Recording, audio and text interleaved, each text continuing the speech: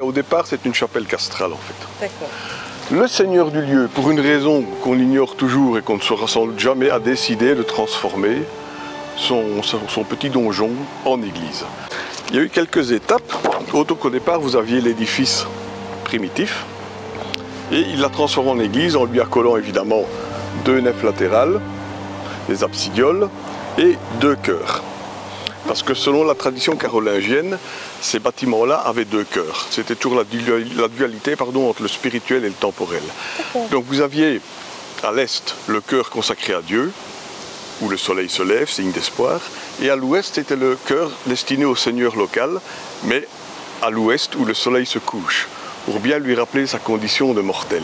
Une théothèque, c'est l'ancêtre du tabernacle, mais ça avait aussi une autre fonction. On laissait une bougie dedans et ça servait de repère dans la nuit pour des pèlerins égarés. Alors une des caractéristiques aussi de cette église, c'est qu'elle a un nombre impressionnant de portes, dont beaucoup sont murées. Pourquoi? À la base, vous aviez juste 2 portes ici sur la face, sur le collatéral sud, et une porte sur le nord. Qu'est-ce que c'est? La première, qui est la plus proche de nous, c'est l'entrée pour les fidèles.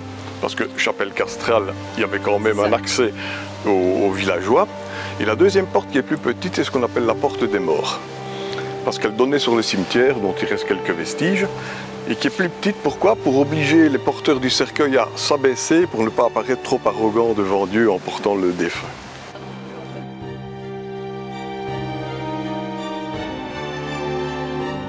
C'était avec le maître-autel baroque, il y avait un chemin de croix avec des tableaux, il y avait un mobilier phénoménal. Ce ne sont pas des arcades posées sur des piliers, c'est le mur qui a été perforé pour faire la chapelle. Vous avez le calvaire, et ça c'est attribué à un sculpteur du XVIe siècle qu'on appelle le maître du calvaire de Ouaha, parce qu'on ne connaît pas son identité.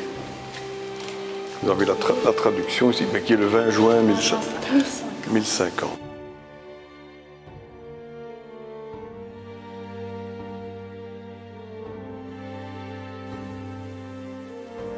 Donc ce tilleul, on ne peut pas le dater, parce que c'est un des seuls arbres sur lequel on ne peut pas pratiquer la dendrochronologie, qui est l'étude des cernes de croissance, qui permet de dater un arbre, parce qu'il n'y a pas de cernes de croissance chez les tilleuls. Il est magnifique, hein. Regardez-moi ça, il est d'une hauteur phénoménale. L'église de Ouaha-Saint-Étienne fait partie du réseau Églises ouvertes, donc qui sont ouvertes de 9 à 18 heures tous les jours.